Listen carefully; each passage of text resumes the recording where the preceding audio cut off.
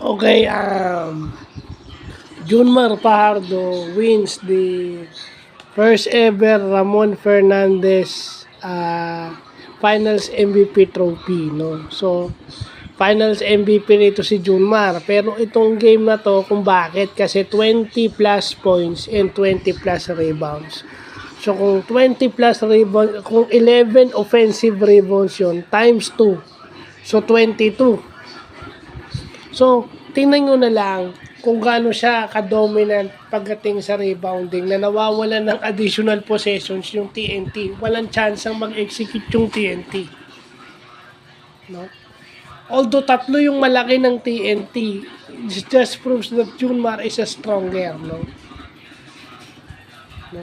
Kasi yun na nga yung sinasabi, mapa-foul. Kung hindi mapa-foul, makukuha na nga ng rebound. And then, Junmar is making free throws. Talagang sinigurado niya papasok yung free throws niya. Yun yung sinasabi. So, kahit si Greg Slaughter ang bumantay sa kanya, di ba? Yeah, kahit si... Kung ikukumpara nyo kasi sa FIBA, iba yung quality kasi ng FIBA eh. Yung mga kalaban ni Junmar, kama si Jokic is mabilis. Hindi siya yung traditional big man na ano, di ba? Although meron na rin siyang pumapas break na rin siya, nagdi-dribble na rin siya, meron na rin siyang tira sa labas, may 3-point shot na siya. Pero iba yung kalibre ng mga nakakalaban niya sa FIBA at dahil doon, dahil nga nagigilas itong si Junmar, kaya na-improve yung laro niya. Diba? So, on a basketball context, mahirap kontrolin yung isang taong dominante yung rebounds. Kasi kaya nga ganun na lang yung ginawa ni Coach Leo Austria ng San Miguel eh. Di ba? Kung poposte si Junmar, kung popost up si Junmar o magpipick and roll, si Rodney nasa weak side. May tulong agad si Junmar, di ba? Si Rodney yung bahala sa rebounds. And si Rodney may tira sa labas, si Bondial. No? And then pag si Mo Tautua naman yung magke-create ng low post action, si Junmar naman yung nasa rebounds. Maganda yung ginawa ng mga kakampi ni Junmar, ha? All of them, all throughout the Philippine Cup, di ba? Si Jeron Teng may moments, halos lahat ng players may moments, no?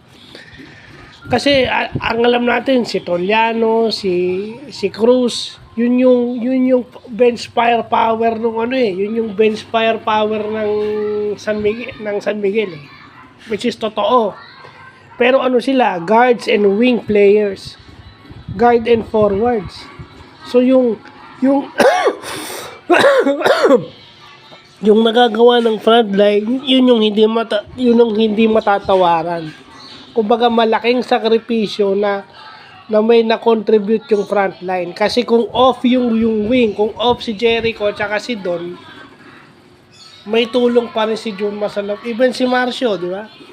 Kung off yung mga guards mo, di ba? At saka syempre, given na yung may depensa na, nandiyan na si Chris Rose, di ba?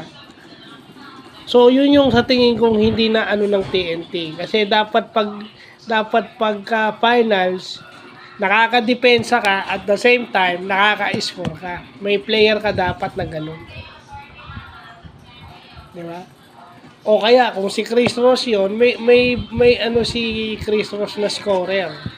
In that case, si CJ Perez na dumedepensa rin o si Marcio, di ba? Di ba?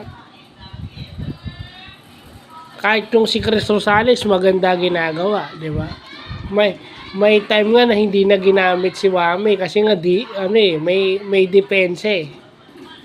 May depensa rin eh. May kailangan ding dumepensa eh. Paihirapan din yung mga guards ng TNT na umaano. So, yun. Yung MVP ni Junmar, gaya ng sinabi niya, dahil sa kakampi niya yun. Kasi nakikita ng coaching staff ng San Miguel na mahihirapan siya kung wala siyang tulong. So, ginawa ng coaching staff ng SMB, gumagamit sila ng players na pwedeng ipantapat doon sa potent offensive weapon ng TNT. Kasi all throughout the tournament, potent yung TNT. Potent yun. potent yung offense nila. So, how do you counter that with your defenses? Siguraduhin na madedepensahan yung TNT. They didn't make shots, no? Players got injured, diba? So, even Junmar got injured. Hindi ko lang alam kung si CJ at saka si Junmar, hindi ko lang alam kung makakapaggilas to. Dahil sigurado ko may mga iniindang injury to. Pero natutuwa ako para kay Junmar kasi kumbaga siya yung nag-establish ng consistency as a player. Diba?